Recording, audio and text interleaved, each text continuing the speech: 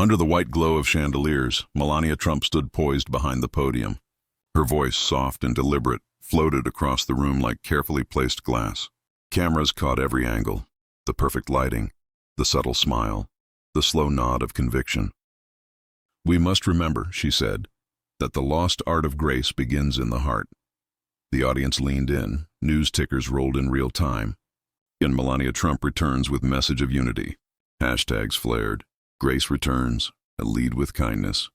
Anchors murmured over split screens, their tones shifting from cautious curiosity to admiration. On social media, short clips looped endlessly, captions glowing, "She's back." The applause began, gentle at first, spreading like polite rain. At one of the tables, Barack Obama sat still, hands folded, eyes steady on the stage. The camera found him, the contrast almost cinematic. Where Melania glittered under spotlight control, he remained half in shadow, watching. She continued, her cadence sweet, practiced, deliberate. "Grace is not weakness," she said. "Grace is strength with respect." The line landed. Heads nodded. But somewhere between the rhythm and the rehearsal, something in the room felt airless, like everyone was waiting for what came next, and didn't yet know why. A sudden camera flash illuminated Obama's calm profile. The audience sensed the moment tightening. Then came the sentence that would ricochet through every feed, every timeline, every late-night monologue. "If only we all remembered," she said. "That leadership begins with kindness." The crowd clapped again, louder this time, the sound bouncing between walls and camera shutters. Yet the applause didn't settle. It stuttered, uneven. Some faces smiled, others glanced toward the man in the shadow. Obama's expression didn't shift. No smirk, no scoff. Just a look of quiet study, an almost imperceptible pause. In that pause, something cracked in the room's choreography. The audience felt it first, the uneasy question behind the polished message. The kind that only truth can answer. The narrator's voice slid in, low and measured. What happened next would end the conversation and redefine what grace really means. The lights dimmed slightly, the applause fading into the hum of anticipation, because no one in that room expected the next sentence to change the tone of the entire event. It was more than a summit. It was a televised attempt to reset the tone of an exhausted nation. The banners behind the panel read, "Leadership and Respect in American Politics," but everyone in the room knew what it really meant. An audience desperate for calm after years of shouting. The country had grown tired of outrage, of noise, of the endless churn of insults dressed as debate. Viewers at home weren't just watching for policy. They were watching for proof that decency still had a pulse. Melania Trump's reappearance was timed perfectly for that hunger. After years of silence, she'd returned to the public stage with what her team called the Grace Campaign, a message about kindness, civility, and moral rebirth. Producers loved the optics. The lighting glowed, the tone softened, and commentators murmured about redemption. For a moment, America was invited to believe that this time might be different. The narrator's voice threaded through the visuals. The cameras framed her as a symbol of calm, the contrast to the noise that once surrounded her. Across the stage, Obama sat composed, his expression unreadable. His presence wasn't coincidence. The organizers had wanted balance. The poised former First Lady beside the man long called the conscience of the modern presidency. The pairing itself carried electricity, two figures whose public legacies had danced on opposite sides of history's mirror. Melania spoke of empathy as a virtue. Obama listened, the faintest trace of a half-smile crossing his face. The crowd sensed the undercurrent. Every word she uttered felt like a test. Could grace be reintroduced by someone who'd lived in the eye of division? Could dignity be recited or only remembered? Cameras panned from her polished gestures to his stillness.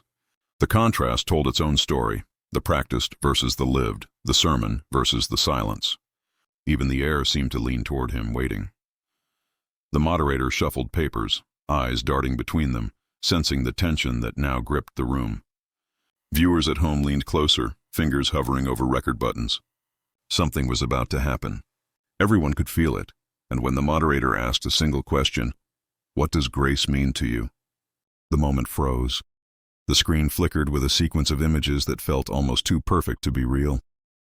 Melania at a children's hospital, bending just enough to meet a young patient's eyes. Melania stepping from a jet in a crisp white coat, wind tugging her hair at just the right angle. Melania behind a podium, voice smooth and low, each word rolling out like it had been tested for symmetry. Every appearance, every smile, every silence, orchestrated for Grace. The narrator's voice cut through the montage. In time, Grace became her armor. Polished, reflective, impenetrable. It hadn't started that way. In the early years, the scrutiny was relentless. The accent, the distance, the marble-cold elegance that tabloids alternately mocked and worshipped. She learned to survive the noise by perfecting quiet, a silence so refined it could be mistaken for depth. When the world grew chaotic around her, she discovered that poise could be power. But behind that poise, there was distance. Behind the curated calm, a refusal to engage too deeply. She had found safety in detachment, and over the years, detachment began to look like virtue. The public saw what they wanted to see, a woman untouchable by chaos. Few noticed that her silence was less serenity and more escape. Clips rolled across the mental reel. Her campaign against cyberbullying framed against the cruel rhetoric of those closest to her. News anchors whispered about the contradiction. Late-night hosts turned it into satire. The irony was impossible to miss. She had come to teach the nation about compassion, while the very administration that bore her name had turned cruelty into sport. The narrator lingered on the thought. She had come to teach America about grace, while the room still remembered the years that tested it most. The camera returned to the present. Melania's fingers traced the edge of her note cards, her gestures measured to the millimeter. Each pause calculated, each smile rehearsed. And yet her eyes, darting just slightly from face to face, searched for something unrehearsed. Approval, validation, a sign that her message was landing. And across the table, one quiet expression signaled that not everyone was convinced. The camera eased toward him, not with drama, but with reverence. Barack Obama sat quietly, hands folded, body angled slightly toward the stage, the same posture that had once steadied a nation. No note cards, no visible tension, just stillness, the kind that speaks louder than any defense. Where Melania's composure was sculpted, his calm had been forged. The narrator's tone softened.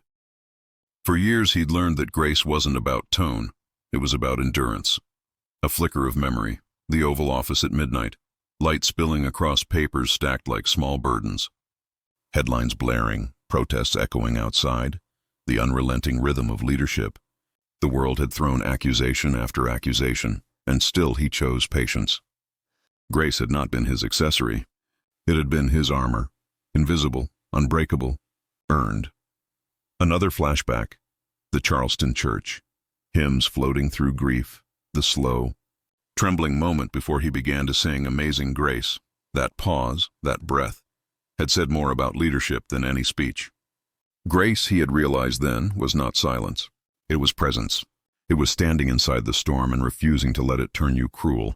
The crowd in the present sensed it too. They didn't just see a former president. They felt the weight of everything he'd carried. The quiet intelligence, the deliberate restraint, the compassion that never shouted. His stillness wasn't empty. It was a language of its own. The camera drew closer. His fingers laced, his eyes steady, the faintest trace of fatigue and wisdom sitting together in his expression. There was a serenity that didn't come from image management or rehearsal. It came from having been tested, over and over, and never surrendering to bitterness. He'd seen what happens when words are wielded recklessly.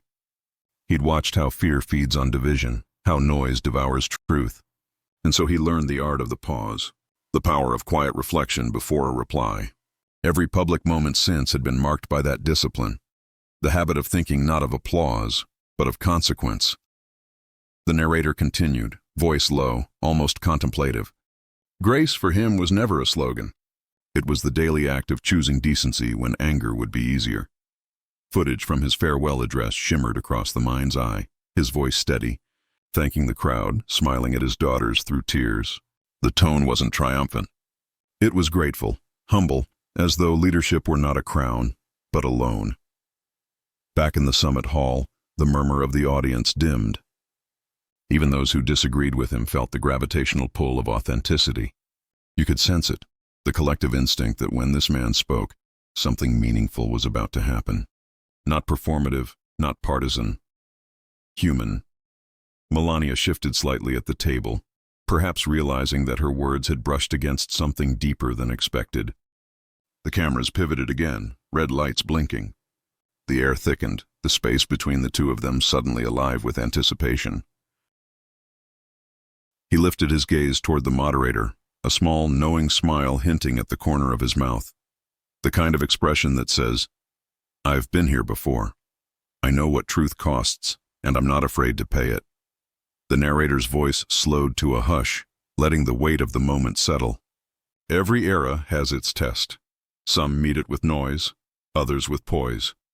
And when the time came for him to speak, the room seemed to brace itself, like history was about to listen. So when the microphone turned toward him, no one breathed. The moderator's voice cut through the hum of anticipation. "President Obama, how would you define grace in leadership?" The question hung in the air, simple, almost gentle. But everyone knew what it carried. The cameras zoomed in. Melania's expression froze into that perfectly polite smile, practiced from years of scrutiny. The audience leaned forward, waiting for the expected. A diplomatic nod, a careful compliment, something smooth enough to glide over the tension. But instead, Obama said nothing. 5 seconds, then 8. The silence itself began to feel alive, not awkward, but deliberate.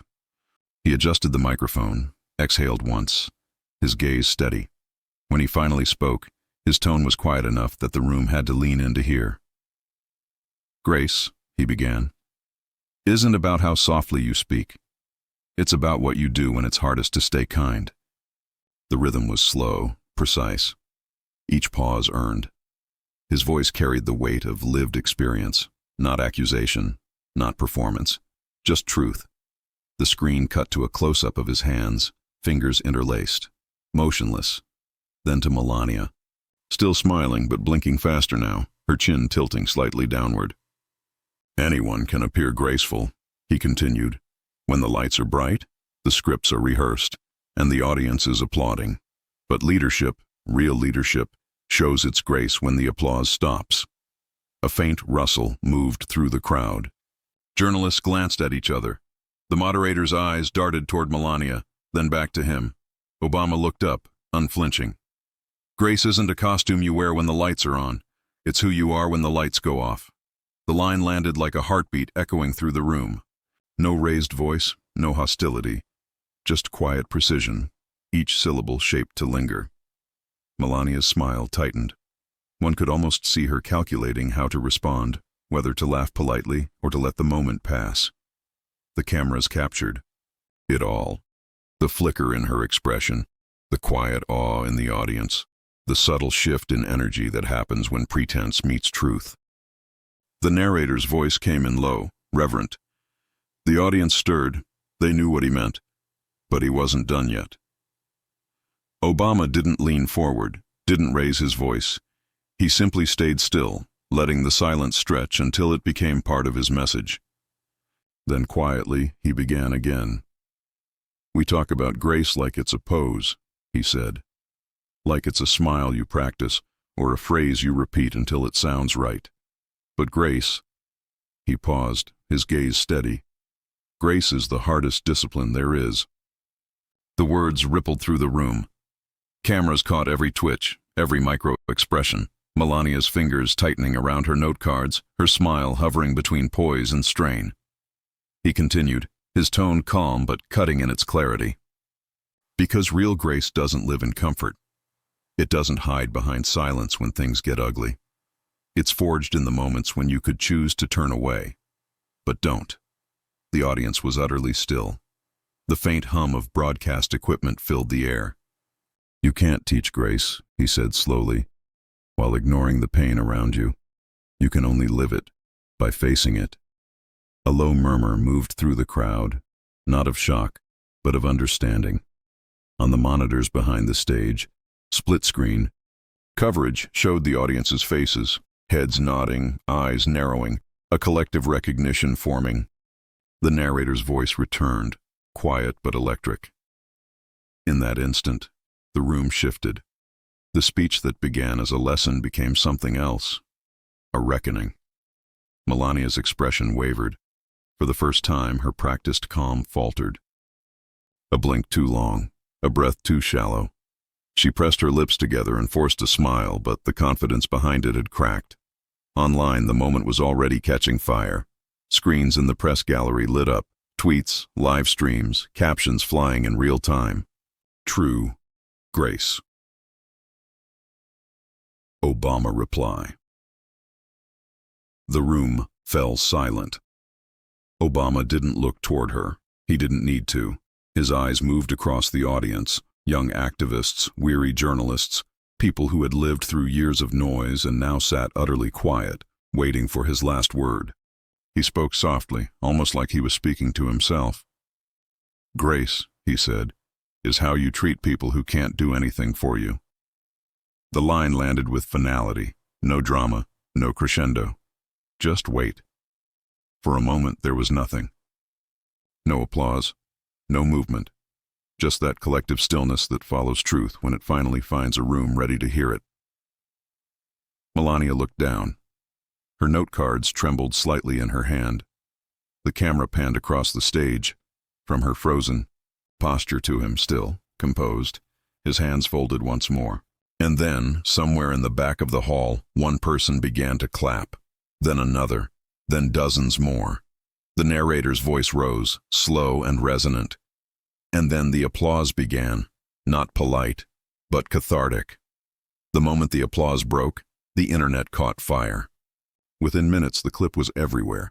Split screens flashing across TikTok, Instagram, cable news, each replay zooming in on that final line. Anchors scrambled to frame it.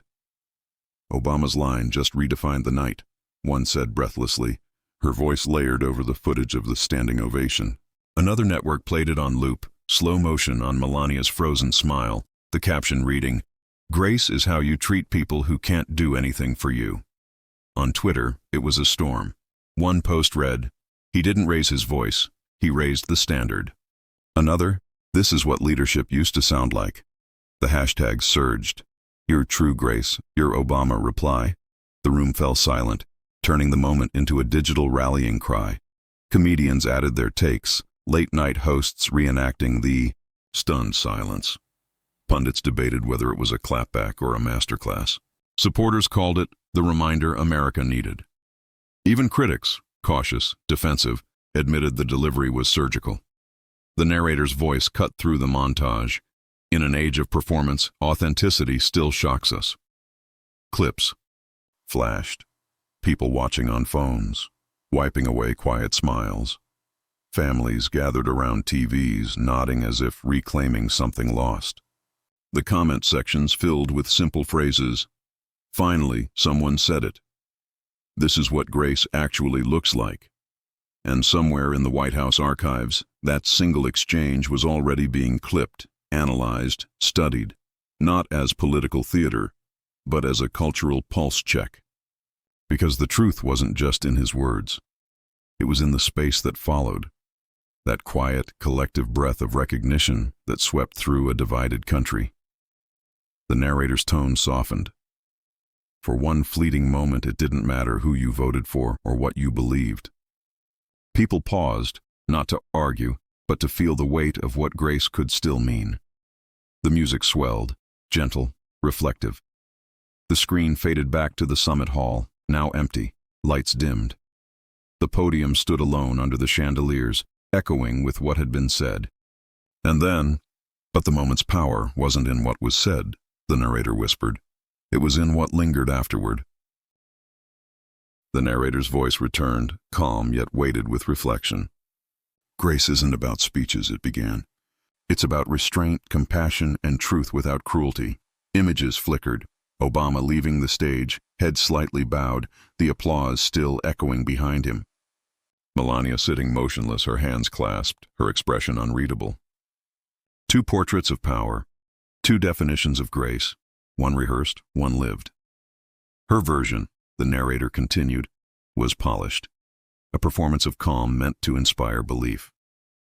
His was something quieter, forged through storms, through the practice of staying human when it would be easier not to. The screen shifted. a sweeping aerial shot of America at dusk. City lights flickering on like small acts of hope. Maybe, the voice said. This was never about two people on a stage. Maybe it was about all of us, a country still learning that grace isn't weakness, but leadership's highest form. Montage, a nurse comforting a patient, a man fixing a stranger's tire in the rain. Two neighbors, once divided by politics, sharing coffee in a small-town diner. Teachers, protesters, parents, faces from every corner of the nation. Because grace, the narrator whispered, isn't something you preach. It's something you practice. When nobody's watching, when you're tired, when you're right but choose to stay kind. The music swelled, soft piano, faint chorus. The image cut back to the empty summit hall. The podium stood under a single spotlight. The same space that hours earlier had been full of noise now held only silence, the kind that lingers after something true has been said. That's the America he was talking about, the narrator said, voice low, reverent, not perfect, not polished, but capable of grace, the kind that heals more than it hurts. A beat of silence. The lights dimmed entirely, leaving only the faint sound of applause echoing from the past scene. And the message, the narrator concluded, quiet as it was, refused to fade. The screen faded back from black, the summit stage now empty, chairs pushed back, the echoes of the night still hanging in the air. The narrator's voice returned, soft but resolute. Melania tried to teach grace, the voice said. Obama showed it. A slow montage rolled, the viral clip still trending, people quoting his words, quiet moments of reflection in living rooms and classrooms across the country. The narrator continued. In a world full of performance, that single exchange reminded millions of the difference between acting graceful and being graceful. Footage shifted, a mother teaching her child to listen before speaking, a young man stepping in to defend someone being mocked online, an older veteran shaking hands with someone he once disagreed with. Ordinary people living the thing everyone had just watched debated on screen. True power, the narrator said, is calm. True grace is earned. The words lingered as the music began to swell. Low strings, steady, hopeful. The screen filled with faces from every walk of life. Real people watching the clip on their phones, nodding, sharing, feeling part of something that transcended politics. This wasn't about who won a moment, the narrator went on. It was about remembering that character still matters, that leadership, in its truest form, begins with humility, not performance. The rhythm slowed, and the voice softened into an invitation. If this moment moved you, the narrator said, share it. Not as politics, not as a headline, but as a reminder of what grace can still look like. Because somewhere, someone needs to see that it still exists.